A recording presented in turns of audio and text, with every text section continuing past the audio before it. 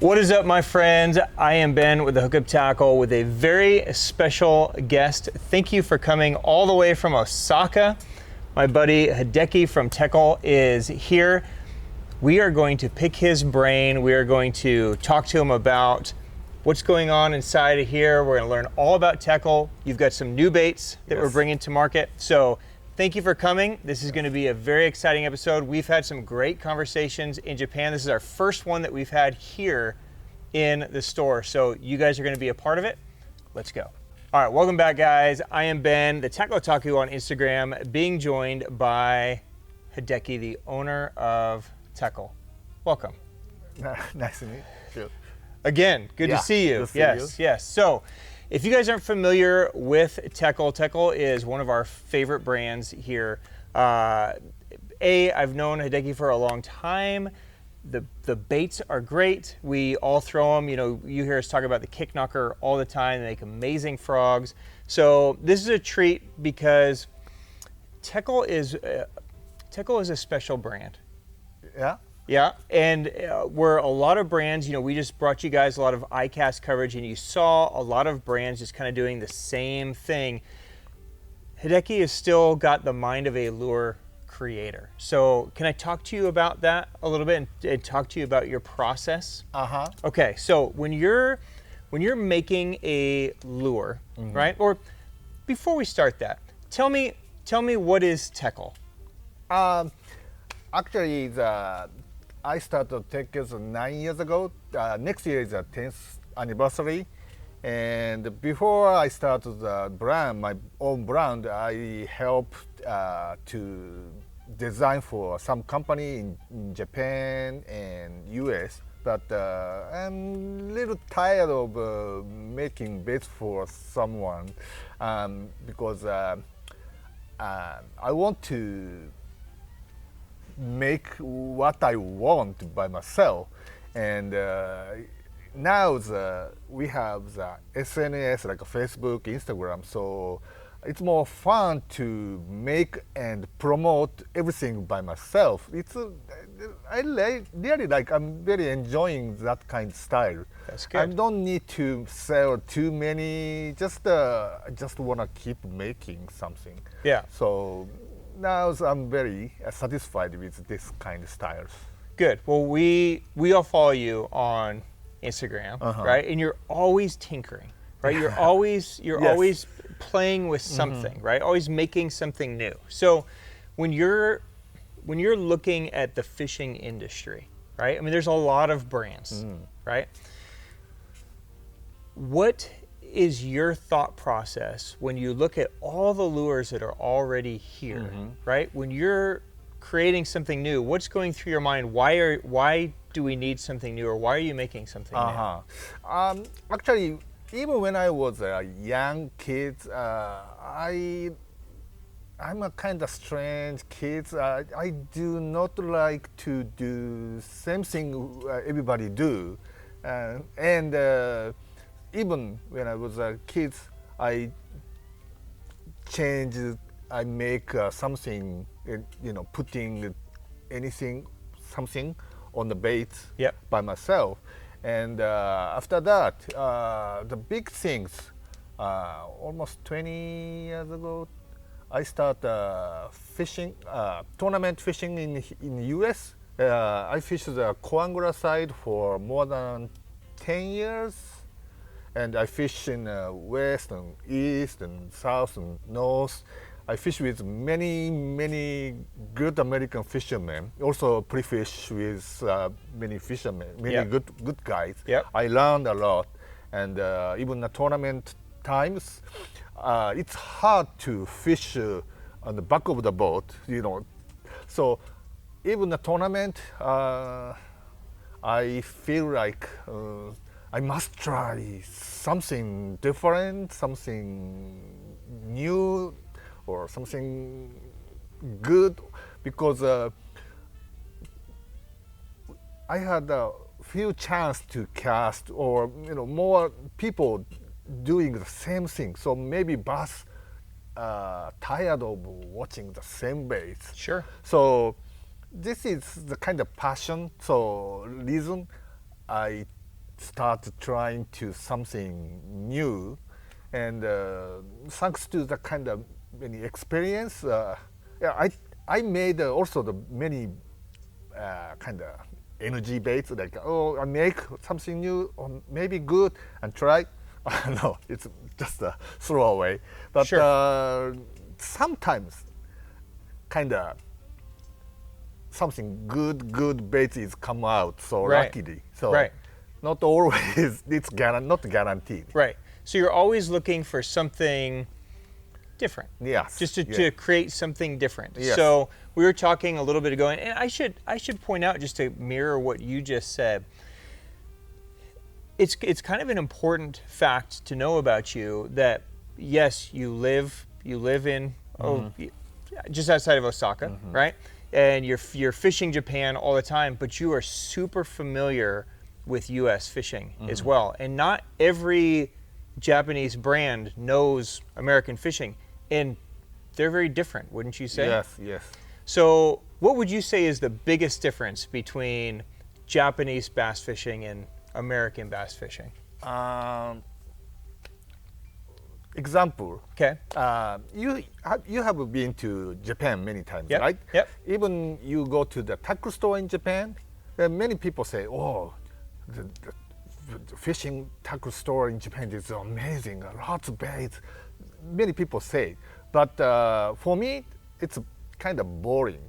I mean, even the West, even East or North or South, whatever, every store has the same selection. Nothing different. Nothing special. Mostly same thing. Yep. But when I come to US, like in California, there are lots of the humble worms, more like a finesse or big baits. Yeah. But when I go to the Texas, it's a kind of very interesting thing. There are so many prom color soft baits. Right. Prom. Right. Everything Love prom. Right. But and when I go to the Florida, more like Junebug or different. Even go to the north, it's kind of more tube baits for smallmouth. So it's more local, more the climate in the west and east is different. Yep. The bait fish is different. So bass fishing in the U.S. it's kind of culture, local culture. Yep. But Japan, bass fishing is kind of fashion. So it's similar like the clothing. Oh, this year, this is come out. This is a new fashion. So everybody want to be the same thing, and then tired of right. So then now the next cool Who's thing. next? Right. What is next? Right. But personally, I want to make like for example, I make the kikunoka. I want to be like a super spook, So even now, 20 years ago, still working, and the people still using. Super spook's super old. I could still go and I could grab a super spook and tie it on, and it's still going to work. Yes. Yeah. So that's your mindset as you're making baits. You want it to be new, but you want it to be effective 10 years from now, 20 years from now. Even personally, even when I die in the future, but the brand of Tekkel and the bait of the Tekkel, it's keep going for the next generation. Sure. That is kind of my goals. Excellent goals. So you and I were talking about ICAST a little bit, right? And you challenged me for next year, and a challenge accepted. So one of the things that you said that you would like to see me ask some of these brands is, that's a great new bait. Why did you make it? Yes, right? That's what and this is a great question. It never really crossed my mind to ask this question, but it's true. We live in a culture here where many brands, especially the bigger brands, it's all driven by money and dollars and numbers, right? And if they see like, oh, this Senko is really good, we need a Senko, right? Or, oh, this Wobber Plubber is a lot of sales, we need a whopper plopper, right? And so the answer to a lot of them is going to be, well, because they sell and we need, you know, people to buy them. But essentially all we're doing is kind of weakening everything because there's too much crap that's out there, right? When you go to make a bait, are you ever thinking of the dollars or copying something, or do you see something that's like, oh, I could make that? Or what is the thought process? You told me earlier that every bait kind of has a story. Yes. Right? So how are you thinking of it, or explain to me more what that means? My bait? Yeah.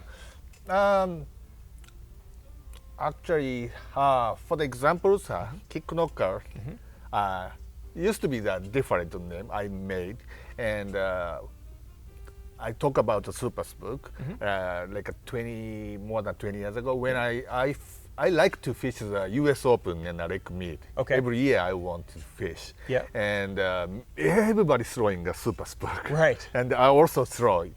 I really like it. But sometimes kind of the lake is big, so sometimes winds and wave. So when I make to walk it, but if the bait hit the wind, the bait is going to diving. Sure. So it's kind of stress for me to keep walking. So I'm just feel like I want to make similar sound, like a one knocker, good, something better, more high tone action, but it doesn't dive into the water.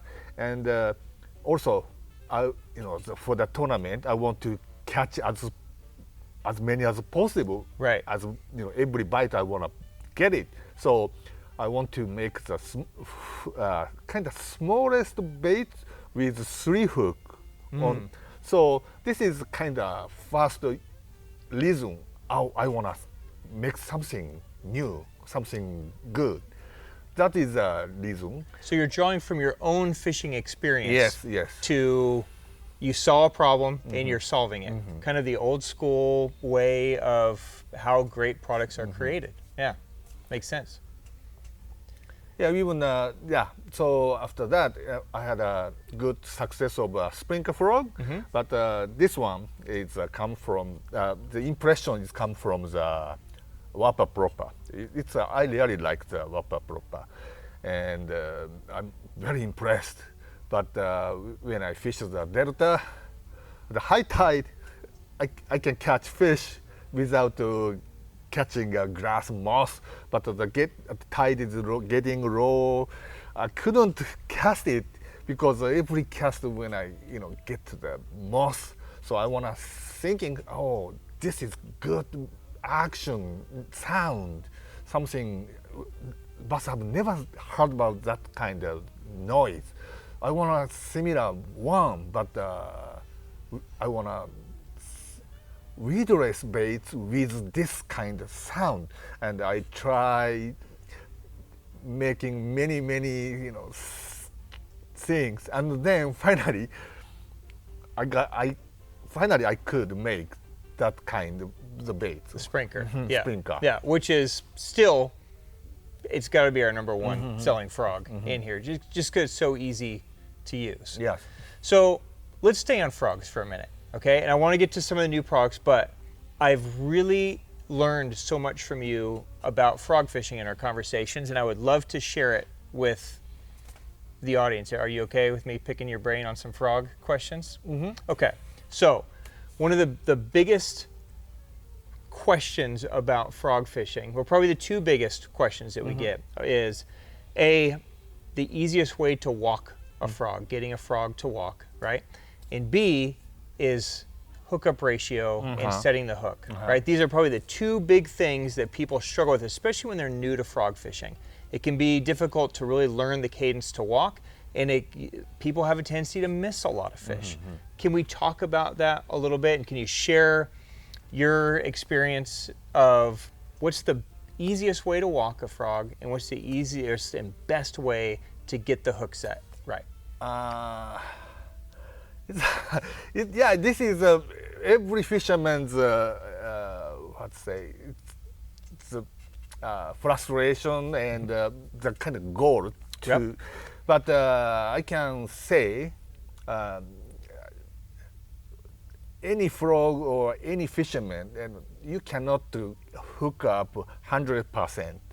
Even hard baits or just the regular crankbaits or topwater baits, you cannot hook up 100% to any blow up.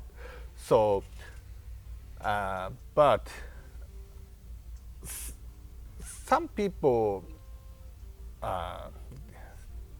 if we can. Let's say, make to the better hooking timing or make to the slack line, or we can make the hook up ratio a little more up. Okay. But most of the time, it's the people complain about the hook up. It's because of user error. Yeah, kind of fault of the fishermen. Right. Sometimes. Okay. So let's talk about that. So as you're walking a frog, right? Let's say I make a cast out here past Jeff, and I'm walking a frog. Are you usually pointed? Is your rod usually pointed at the frog, or are you kind of off to the side? Yeah. The worst thing is direct to the rod tip is direct to the frog. Okay. Almost straight from the line to rod. Everything is straight. This is That's the worst bad. Okay. So make it something the angle, and you get a blow up. You must make the slack line as long as possible. Okay. So the fish eats it. Yeah. You're giving slack line Yes, to the fish. yes. Okay. That's because most of the time, we always say the bite, but literally. Do you have a frog in there? Do you have? If not, I'll go grab one because I want to. Yeah, we can use that one. Yeah. Okay. Yeah. Anyway, bass doesn't kind of literally bite like this. Right. No. Mostly the bass swallow the whole thing and tend to swallow from the nose to like this. Okay. Not like this. Right. And so when I see, most of the time fish bite and try to take it down. So if you get a bite, you set the hook right away. This is bad. So the best way is fish get a bite and turn, take it to the fish heads toward to the opposite direction. Yep. And then we set the hook as as hard as possible. Okay. So the most important thing is make the slack line as longer than the bass take it down. If the slack line is not long enough, if fish is try to take it down, the line is tight. Yeah. So how to say, bass cannot take it more, so we feed it, and fish. They let it go. They go. Yeah. So this is the most important thing I think. Is the slack line. Okay. So when are you? Fish ate it. It's going down. We've given it slack line. When are you swinging? When do we set? Do we wait till we feel it again, or are you kind of counting to a certain way, or are you just kind of guessing? Yeah, mostly it's kind of exciting time. So most of the guy, even me, I can't wait. It's hard. Right? It's hard. Right. But at least we must make 1 second, 2 seconds, just a little. Make the slack line. Yep. So that is the most important. Okay, so they come up, they eat it, they turn. We've just given them a second or two. We've increased our odds. Okay, Let me ask you another question on hookup ratio. Can I borrow that? We're going to talk about this in a minute. We see a lot of people that come into the store, right? And they grab a frog or they look at a frog and they go, yes, that's what I'm talking about. Yeah, that's good, right? Does this do anything? Is this how you gauge if it's going to hook them or not? Yeah, that's what I'm talking about. Because a couple minutes ago, I talked about bass doesn't bite. Right. Doesn't bite. And and wouldn't it be nice if they did? Can you imagine just if bite that's it? what they did? Right. They just come up and Like a snakehead, just go. Yeah, snakehead bite. Yeah. Right. Literally bite. Right. But the bass swallow the whole thing. Yeah.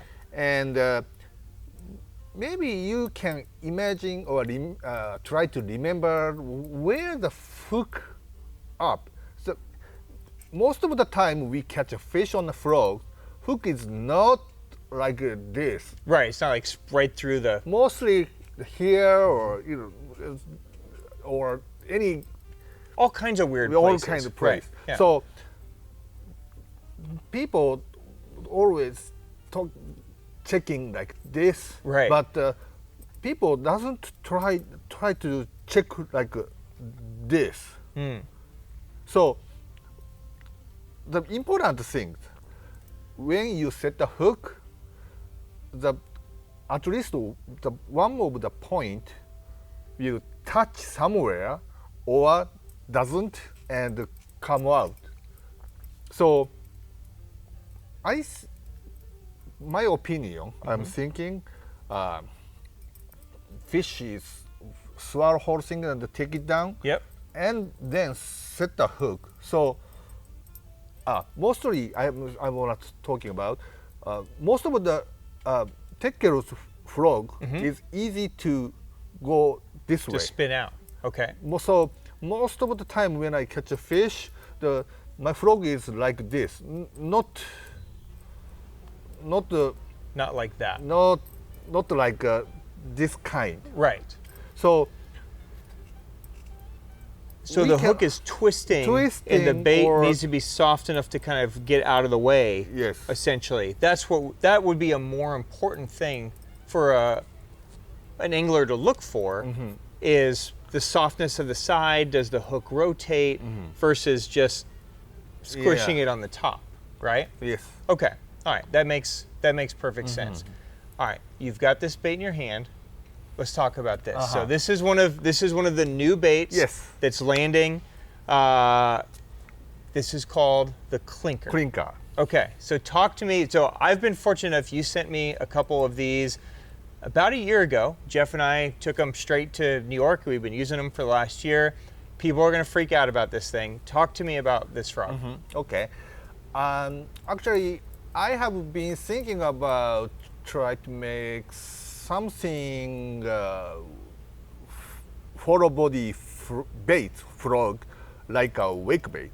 Okay. Like for leading, and in the market, I have seen some kind of waking kind of hollow body bait. Like for example, the Depth has a basilisk, like kind of with the legs on the sides. On the side. Yep. And some company making the kind of the cup like a jitterbug styles makes it move. Yeah, it's kind of similar. I just want a leading and more slowly, like more than a sprinkler. Yep. But I want a more like kind of simple body. Is a kind of sharp nose to make the kind of more penetrate covered and better easy to swallow whole thing and better hooking up ratio. Yep. So just simple thing, but it's wake. So actually I'm making and putting many things. Sometimes when I put something lip or small something, and doesn't work for many years. Yeah. And years. Years. Many years. Many years. Yeah. So we were playing with some of your prototypes that you've been working on, and I mean this could be years of process. right? Which is why we talk about the importance of really highlighting good lure makers like yourself that are making baits. This is the importance of having integrity and making things that are new and fresh, right? So for years, you're trying to figure this out. Yes, and finally, kind of accident. Not I aim to make that kind of bait. Just to connect to the two blade, and I know the one blade when I put on a frog, it try to swing. Yeah. But if we lead fast, the blade is come up and the cup catches a bubble and then doesn't move. So I want to solve that problem, how to release the air. So I make the hole, I make I bend something, and I just try, kind of accident. I put connect to the blade and try in a bathtub. Yeah. Oh, finally, I found the solution. Yeah. So this is this was born in your bathtub, is what you're saying. Yeah. Yeah. I love it. Can I borrow it for a second? So as this thing is retrieved, right? It's going to basically sit right at the water's edge, a lot like a wake bait, like you mentioned. And literally, this is just kind of a cast and retrieve. And that combination of blade is going to allow that frog to have that real natural action. I mean, two blades try to swing each other, and then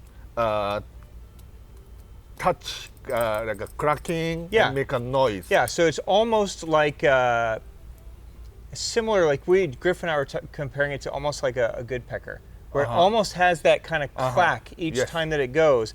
You can fish it slow, you can fish it fast, right?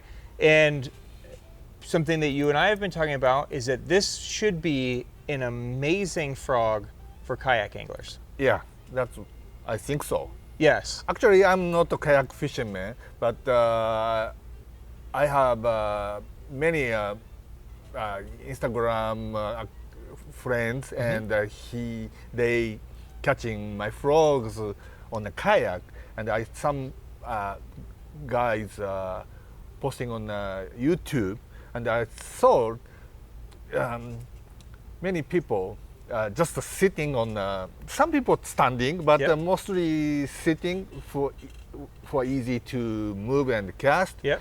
So I see the walking frog. It's kind of hard for them for their positioning. Yeah. But this one, you can just cast and lead it. And the biggest thing, you don't need to lead hold the rod tip down.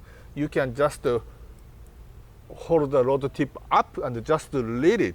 So easy for them, and even get a bite makes the slack line more easier. Yep. So that makes perfect sense. So kayak guys should really dig this. Yeah. If you're fishing from a bass boat, right? Is your rod up also, or are you back to more side and then just kind of giving the slack and swinging? I recommend to even a sprinkler. I'm always saying this is a kind of tip. Okay. I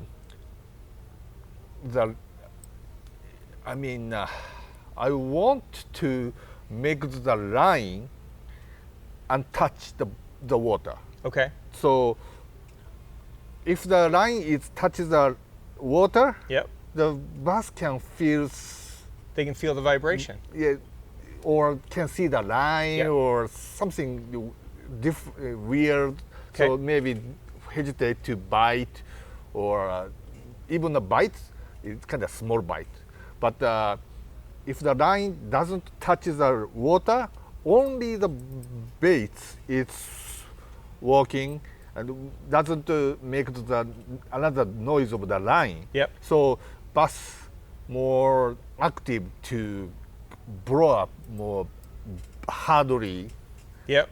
Yep, that makes sense. Okay, thank you. That's a great tip. So same with the sprinkler. Yes. Same way we're fishing it. Okay. Let's talk about your other new bait. We're on it. Let's grab that chop kicker. So this is 2 new baits dropping at the same time. So that's pretty good. Now this is another one that I've had for a while, and I know you keep tweaking it. Now you said you're in like 3 years of production on this guy. So talk to me about this. Why did you make this bait? Yeah, same reason of the sprinkler. I had a good impressed of inspiration of Wappa proper. I really like. I'm very like, but I do not like to make the copy.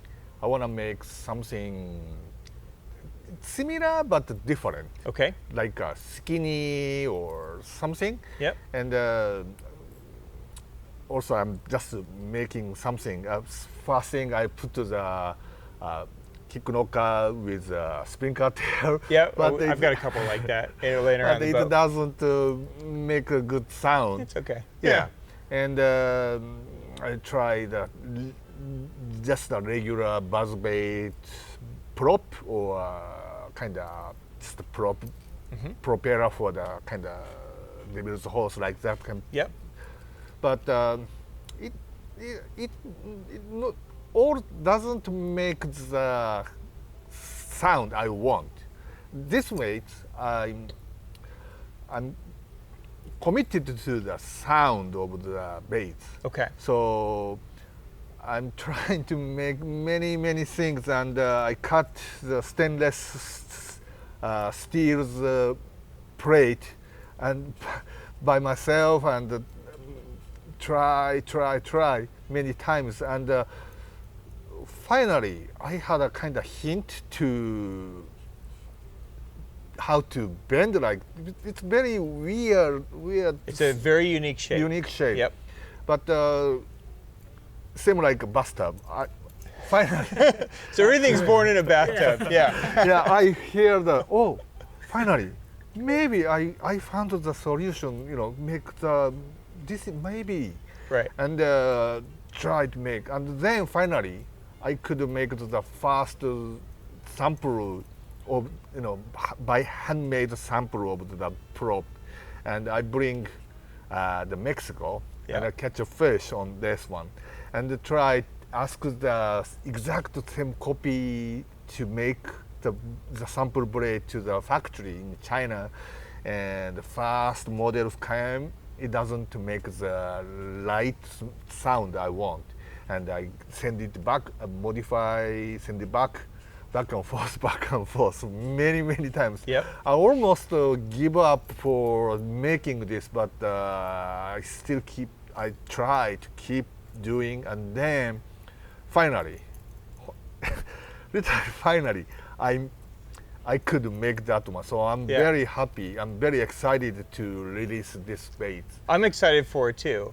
What is this bait? What are people going to expect on this bait? So just cast and wind? Yes. I've watched you fish it a couple different ways. How do you recommend people fish this bait, and what are they going to expect? For example, this is kind of prop bait, so same like a Wappa proper. Just cast it and just lead it, and then make the light speed is to hear the light sound. Easy. So if you like the best, if you feel the best sound, this is the best speed. Okay. So simple. Okay. And this one, some people maybe complain about, this one has no hook on the tail, so maybe bass bite and it's less hooking ratio. Okay. I think I can agree of that one. Yeah, maybe. But this one, you can cast more close to the bushes or whatever you want to. We've been throwing it right on the bank. Like where we fish, we don't have a lot of grass this time of the year, but so we have to hit the bank and kind of pull it up, and it's great. Good to the bushes or trees, or it's more, you can get it closer to cover. So more you can get more bite chance. Otherwise, I'm not talking bad about the Whopper proper. I love the bite. I respect the original, but that one is very heavy. But you can cast a mile of very good longer cast bait. But when you hit the water, the tail of the Whopper proper is too heavy. So most of the time the bait is go into the water and float up. But sometimes dive and hang up, or just cast and float up. Already the hook catches the grass. So, but this one is more like a lighter one. So and skinny. So and even you floating, it's like not a horizontal, but a little close like this. So doesn't dive into the water. So more accurate cast. And it's shallower dive. It just kind of lands and then it's moving.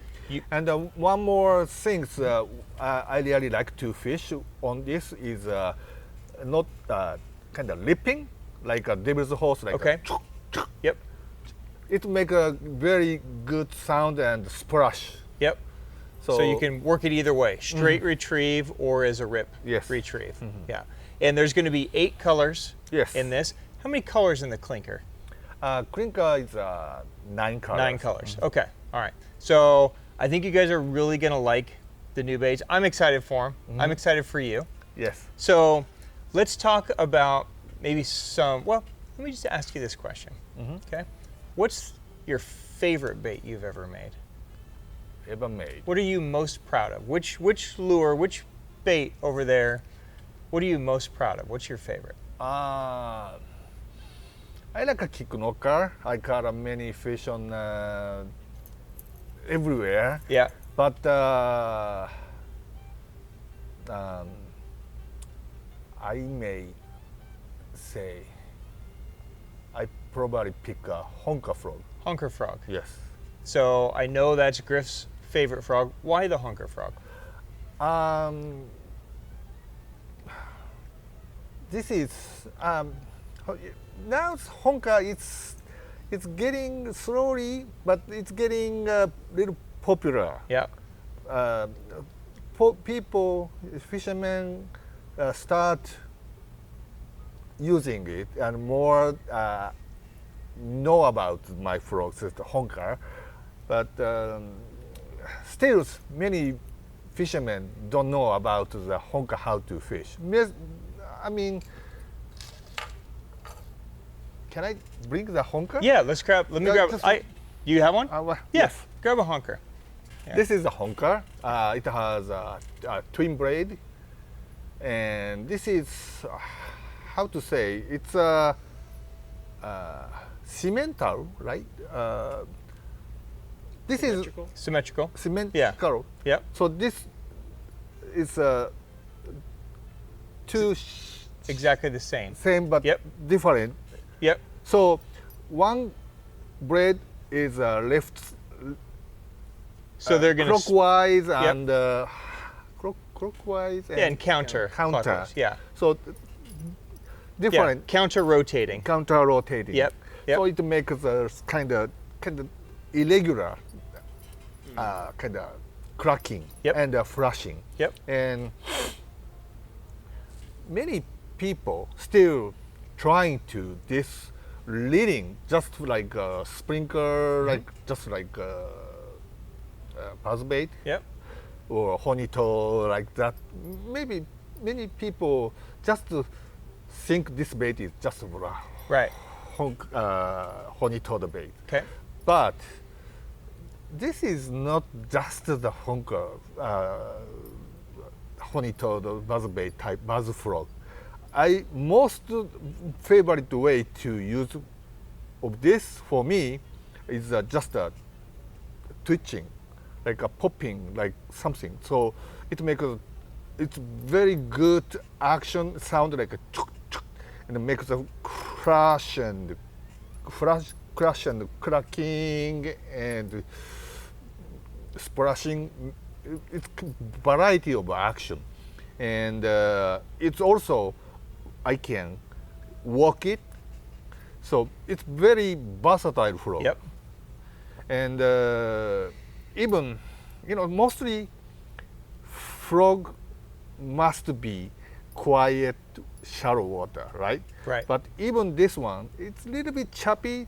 It doesn't matter, it even it's creating some sound and some flash. Yeah, yep. so bass can find the frog. Even even the muddy water makes the action cracking sound.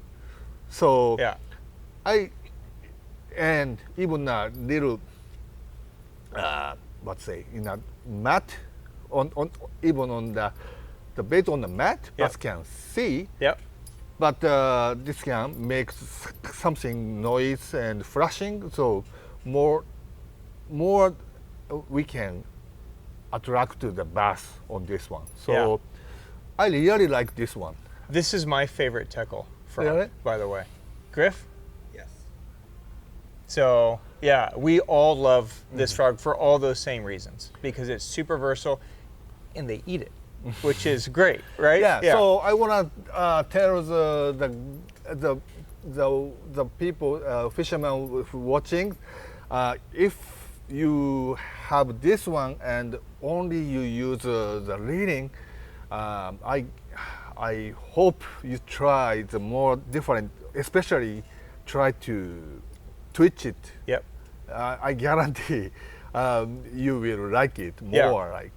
Excellent. Yeah. Thank you. Yeah. Thank you. That was good tips. All right. I'm going to ask you some general questions, right? Outside of Tekkel. Okay. So Tekkel's your favorite brand, right? I hope you say yes. Yeah. Yeah. Okay. What's a couple other brands? Like, let's not even talk about, well, it could be a big brand, I guess, but it could be like a cool indie brand, right? What are some other brands that you think people should know about, that you think are really making great products, or they're really trying to make great products right now? What are a couple of your favorites? Yeah, most of the baits I pick, which used to be popular, even already popular in the U.S. market. Okay. Like a 110 or let's say like Wigward and many baits. Yep. But I also want to talk about one bait. Okay. This is also close to the Clinker. Okay. Big Bud, right? Like a beer can bait, Budweiser lure, Yeah. like that one. Yeah. Yeah. Where it's basically just a crankbait style. Looks like a can. Can, yes. And it's got a lip on it. Yeah. We call it Big Bud. Right? Yep. Most of the American fishermen think it is junk, and it is just for the ornament for the Christmas tree. Because it looks like a beer can. Yes. Right. Yes. Hateful. But hateful. but You know what they need an Orion color. That's what they need. Then Americans would take it serious. I see. Yeah. Yeah. Anyway, in Japanese market, Yeah. the Big Bud is a very, very popular bait. It is. And many follower, many influenced cover type of the similar bait is on the market available in Japan. It's still popular, very popular. And very funny stories. When I fish the Coangula side, Yeah. in the practice, I was confident of catching fish on Big Bud. This Big Bud is not a crankbait; it's a wake bait. Right. And you read it slowly, makes the waking and the flat body, tails, and blade is just clacks. cracking. Yeah. So so Megabass makes a bait called the gong, right? It's kind of like a big bud, right? There's a lot of, I mean, we could look around and there's several kind of big bud type. It's all kind of inspired off of this. Yep. But the American fishermen still don't know about the power of the big bud. Got it. And this is also the similar like a big bud, kind of making noise. Same movement, same kind of sound. Yeah, cool. So I also impressed, inspired over it. And anyway, a long time ago, when I fished the Coangula side, and when I pre-fish with pro, and I like how you said pro. I cannot. Maybe. Pro. It's okay. You know. It wasn't me, was it? No. Okay, that's good. That's all. Yeah, that matters. we're good. Yeah, I was confident of that bait, and I just did it. But he said, my partner said, "Hey, not play around, just focus for catching fish." So yes, I'm serious, but you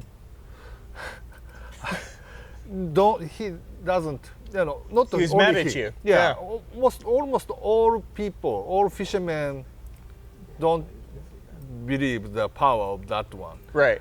So, hey, it was not me. Relax. We can hear you. It wasn't me.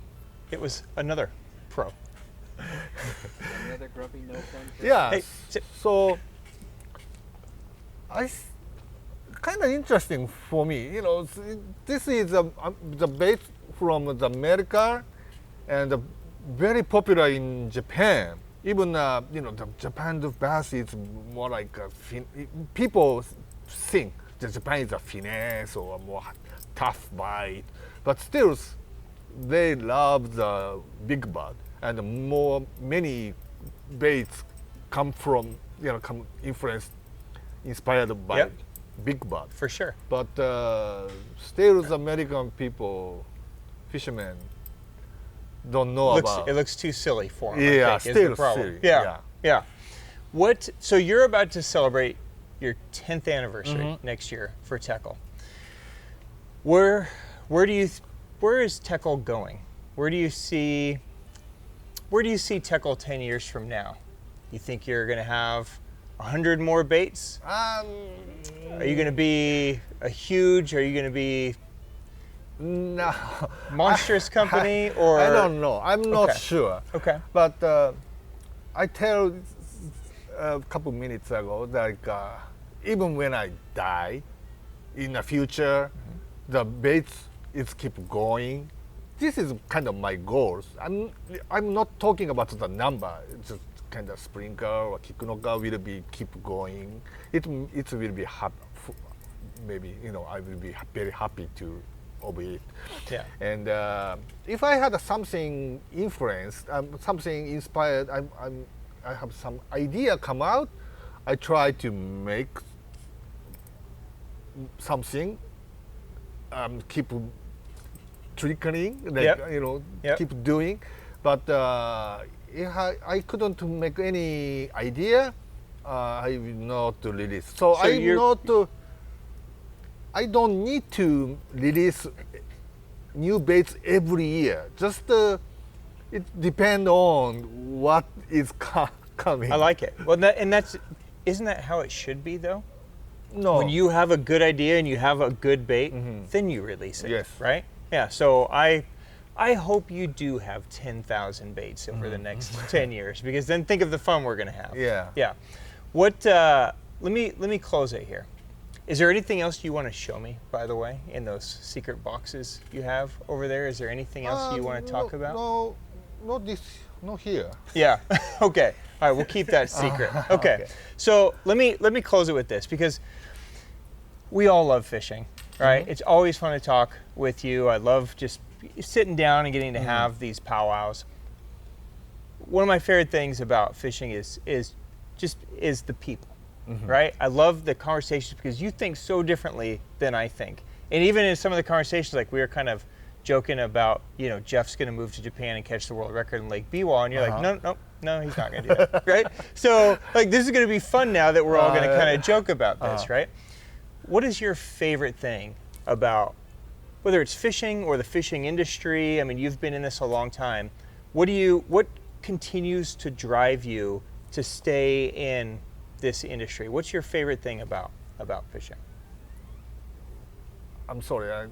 What do you love the most about fishing? Like, why fishing? Why not? I mean, you could make tinker with tools or something else, but why bathtub fixtures, right?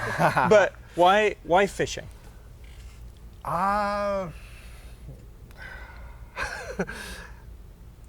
That's because I love it.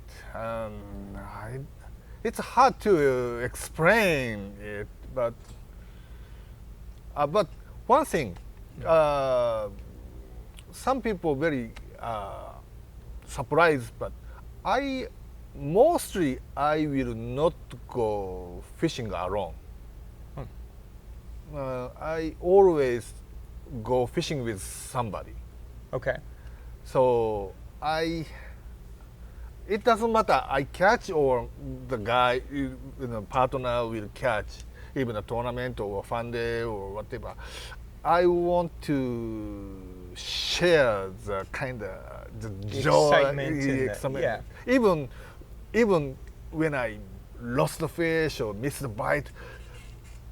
Did you see that? Like, that I want to say someone. Otherwise, miss fish, but no. Right. Yeah. So even after all these years that you've been fishing, you still have that passion. Every bite is exciting for you still. Yes. Yeah, and that's awesome, man. And this is the difference between. This is why Tekkel is going to be celebrating 10 years and 20 years, and hopefully 30 and 40. Hopefully you don't die very soon, right?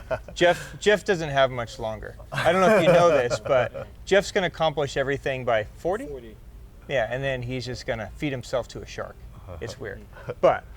Thank you so much for being here. Thank you for sharing your knowledge and it's my pleasure. Your time and your great baits. We're excited for the new product, and I hope we get to do this again here in our store. But I think the next time we'll see you, we'll probably be back in Osaka. So can we do this again? Yeah. There? Okay. All right. Thank you. Hideki, thank you very much. Thank you so much. Hideki, everyone. We will leave links and descriptions and everything, and I'm going to share his Instagram and SNS pages with you guys too, because if you're not following him, make sure you are, because he tinkers and you play so much. It's just, you got to follow him. And if you guys have any questions for him or myself, drop them down below and we'll get to them. And one thing, yeah, it's okay. Yeah, you talk about my Instagram. Yeah. My Instagram, if you see my Instagram, maybe you can see the many dogs on my Instagram. You do have a lot of dogs. Yes. So I must talk about I forgot to talk about one thing. Okay. The meaning, you know the meaning of Tekkel, right? Yeah, I do, but that's a beautiful color you have there in your hand. Oh, that's why. Yes. Yeah. Talk about maybe later. Yeah. Okay. Anyway, the Tekkel.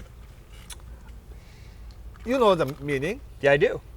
Teckel means duck's hound in Spanish, but Mexican people don't use the word. Mostly it's Spanish people. The Teckel means duck's hound, wiener dog. Yeah. And I really love the wiener dogs. Now I have 5.